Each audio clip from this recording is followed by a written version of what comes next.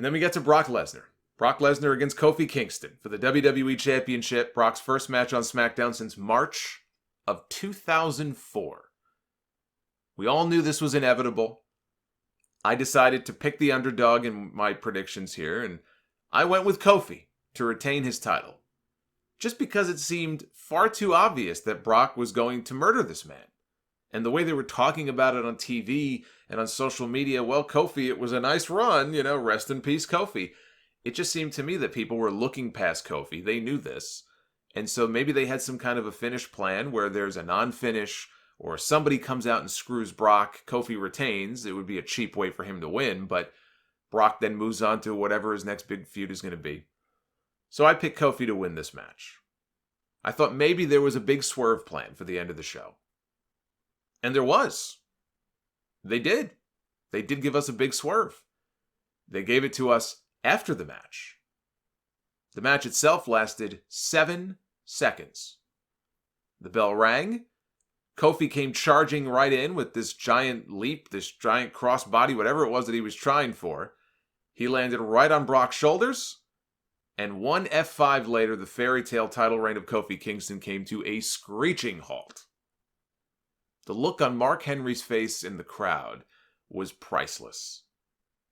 Goldberg was standing next to Mark Henry. He looked amused, like he had taught Brock Lesnar well after Goldberg beat Lesnar very quickly in their Survivor Series match, although it went longer than 7 seconds. I was stunned. Not that Brock won. I was just stunned how quickly and how sudden it was. I was stunned that they did Kofi dirty the way they did. Again, I'm not saying him losing was some kind of big mistake or that shocked me, because we knew that was going to happen either here or at Hell in a Cell if they rematched the two of them. We knew that his reign was likely coming to an end very soon. But the way they did it, Kofi did not get one move of offense in. Now, maybe the story is going to be that Kofi was overconfident coming into the match. To me, there isn't much of a story left to tell. This marked the end of Kofi Kingston as WWE Champion. And I said on this podcast months ago that when that day came, that Kofi Kingston lost the championship, he would not be getting that title back, that would be the end for him as a world champion in WWE. And I believe that to be the case. I don't believe there's going to be a rematch. If there's a rematch, he'll be beaten again. But I don't even think there'll be a rematch. There's no need for a rematch. They already made it clear there's no automatic rematches anymore. So there's not going to be a rematch. There will be no second, third, or fourth title reign for Kofi Kingston. Kofi Kingston as WWE Champion was never supposed to happen. He caught a lucky break when Ali got hurt. And the fans got behind him. They needed a championship match for WrestleMania. And they lucked their way into this great story. Kofi will always have that WrestleMania moment. I was there for it live. It was an emotional thing. It really was. It was the best moment of WrestleMania this year. When I think back, even more so than Becky winning the championship in the main event, which I thought fell flat, when people look back at this WrestleMania, I know WWE is going to be built around women in the main event for the first time and Becky, pinning Ronda and winning the championship. But to me, the moment that will define WrestleMania 35 will be Kofi Kingston beating Daniel Bryan to become the WWE Champion. And nobody can ever take that away from him in the Kofi Mania stuff. Once they paid that story off, I never expected this guy to get 6 months with that championship, but he did. And not only did he get 6 months with the championship, they protected him a lot more than they have protected other people who have held that championship. He lost very few matches in tag or singles. He lost very few matches at all in the last 6 months. He beat Daniel Bryan twice. He beat Kevin Owens. He beat Dolph Ziggler. Well, I mean, it's Dolph Ziggler. That's not a hard mountain to climb. But nevertheless, he beat Dolph Ziggler. He beat Sami Zayn. He beat Samoa Joe. He beat Randy Orton.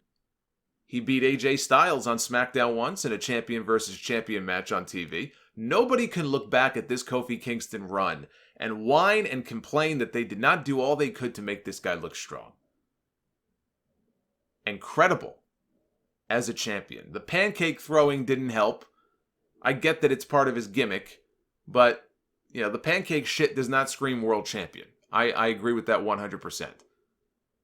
It would be like Santino with his stupid Cobra, putting the championship on him. And there was a time where I thought Santino should win the championship just because in that Elimination Chamber match, it came down that year to him and Bryan. A very similar situation. I think it might have been Randy Orton who was hurt, and Santino was this replacement. And the people badly wanted to see him take that championship from Bryan, and Bryan ended up tapping him out in the end. But if Santino had won the championship, it would have been a huge moment, and the people would have popped for it. But then I would have expected him to drop that shit 24 hours later. I would not have expected, nor would I have pitched, for him to be the champion for the next 6 months. So I can understand people saying I can never get into Kofi because of the pancake stuff. The pancake stuff was very stupid. But they protected him way more than I ever thought they would. But he was never supposed to be WWE champion. The powers that be never would have put that title on him were it not for this just perfect alignment of the stars. So when he lost it, I said that, he would not get it back. And I don't think he will. Now, if people want Kofi Kingston as WWE champion that badly, there is one way that you can go about doing that. And this will be very interesting. I'm very curious to see if this happens now. There's a lot of people online who are acting as if they're just beside themselves. They're very angry and very upset that Kofi was just unfair. The way he lost the championship was just completely unfair and disrespectful. That's what they would say to his character. Well, if you're that big of a Kofi Kingston fan, and you believe that strongly that this guy was wronged in some way, and that he should still be WWE champion, or he should be able to do a redemption story and let him climb the mountain again and get back to the championship, there's only one way to do that. People are going to have to get behind Kofi Kingston the way they got behind Daniel Bryan in 2012 and 2013 and 2014. Really, it was 2013 into 2014. There was a movement for Bryan the likes of which I have not seen in all my years of being a wrestling fan. There were a lot of people who were bigger stars than Bryan. And I would never compare, like Austin and Hogan and people like that. But I mean, having a guy on the roster who they're not doing shit with, but all of a sudden the people they like him so much that they won't shut up about him. And they'll chant yes, and they'll chant his name. And it's just this groundswell of support for this one guy, and it builds to him eventually winning the championship. I've never seen that before. The way that I saw that with Daniel Bryan. If you people want Kofi Kingston to be WWE champion again, and if you think he was wronged, then the way to get him back there is to do for him what you did for Daniel Bryan. It's very simple. Make your voices heard. When you pay a ticket to go to the arenas, chant Kofi's name. Go on social media, talk about Kofi, start a hashtag. All the stuff you did for Daniel Bryan, do it for Kofi Kingston. If you feel that strongly that he should be the champion and he should not be reduced to a mid-card role, he should be kept in main events and all that kind of stuff, that's the only way that I can envision this happening. The only way I ever see Kofi Kingston being the champion again is if the fans can get behind him the way they got behind Daniel Bryan. And anything short of that, it will not happen. Kofi is done as a world champion unless the fans get behind him the way they got behind Bryan. Now, I don't think he deserved to get jobbed out the way that he did. Put up a fight. Hit a Trouble in Paradise after the bell. Stun the Beast. Give people a little bit of false hope that he actually stood a chance. Even Dolph freaking Ziggler got 2 super kicks in on Goldberg before he got destroyed. But it was one and done. Thanks for coming. And in doing the finish that way, it makes everybody else that Kofi spent the last 6 months wrestling look less than. It makes them all look like fools. Everyone who put Kofi over to make him look credible, from Bryan to Owens to Orton and everybody else in between, they took a giant dump on all of those guys. Not just Kofi, all of them too. Kofi looks so sad in the interview that they posted backstage with Kathy Kelly on the YouTube channel for WWE. He said that, the line of the interview, he said that he was going to have to go back and study the tape of what happened. There ain't much tape to study there, my friend. It's going to be a very short session analyzing those tapes. I love that people even use tapes anymore. Wouldn't it be like DVDs or something? He's sitting there with his VCR going over his 7 seconds of match. But they took the title off Kofi and they put it back on Brock Lesnar, who I doubt is going to be making very many more appearances than he already does. But I suppose if Fox wants him, and if they pay him, then maybe we will see Brock Lesnar more often on television if Fox wants to pay him to show up.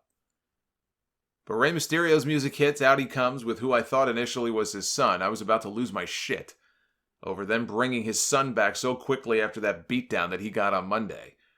But then I looked and I'm like, it's not Dominic. It's Cain Velasquez, former UFC heavyweight champion who only recently wrestled his very first professional wrestling match for AAA. And he looked good, but it was his first match. You know, and he's not a spring chicken anymore either. In fact, when he walked out there, you may have noticed, he had a knee brace on. Because he needs knee surgery. But apparently that didn't stop them. Not only does he have a knee injury that I believe he needs surgery for, although he may not have to have it right away.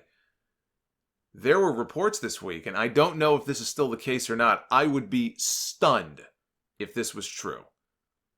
Because you could talk about WWE booking and how questionable it is, but when it comes to business stuff like this, if they did this, I would be stunned. That Cain Velasquez, and I think Cain himself may have said this to a news outlet, maybe to ESPN, that he is not signed to a WWE contract. And I know Meltzer said that Tony Khan and AEW were still pursuing him, even as of a couple days ago. If WWE put Cain Velasquez on television, on one of their biggest shows of the year, and they had Cain basically make Brock Lesnar look like a bitch, made their WWE champion look like a bitch, and he is not signed to a contract, the level of stupidity is just too much for words. And it just seems so unlike anything WWE would ever do that I almost don't believe it. But I think Cain himself has said that he's not actually signed to a contract right now. So theoretically, if Tony Khan were to flash enough money in his face, he could show up on Dynamite this Wednesday. Can you imagine if he showed up on the AEW show on Wednesday after punking out Brock Lesnar on Friday? I'm giving this guy as much money as he wants if I'm Tony Khan. It's a cutthroat business, bro. So I was stunned to read that. And if he's not signed to a contract, then it's just incredibly stupid to put him out here like this at the end of the show. But out he comes. And he is the man who destroyed Brock Lesnar 9 years ago this month. He is the man who gave Brock Lesnar that long scar that you see on Brock's face. He got that from Cain Velasquez. Lesnar had this look like he had seen a ghost. Cain took his shirt off. He got in the ring. He took down Lesnar, did a little ground and pound. Lesnar rolled out of the ring. Then they stared at each other for what felt like 5 years before they finally went off the air. So it's not a case where the Kofi match had to go so short because they were running low on time. I thought maybe they were running low on time, but only because I was catching up on my DVR. I had no idea that they still had something like 7 or 8 minutes left. So Brock teased he's going to come back down to the ring. Then he wasn't. Then he was going to. Then he wasn't. They showed 3 replays. They're just trying to kill time to get off the air. So it was a very awkward ending there. But all I could do when Kofi got pinned was just let out a laugh. A lot of people said that was my first instinct. I just instinctively could not do anything but laugh when I saw that finish.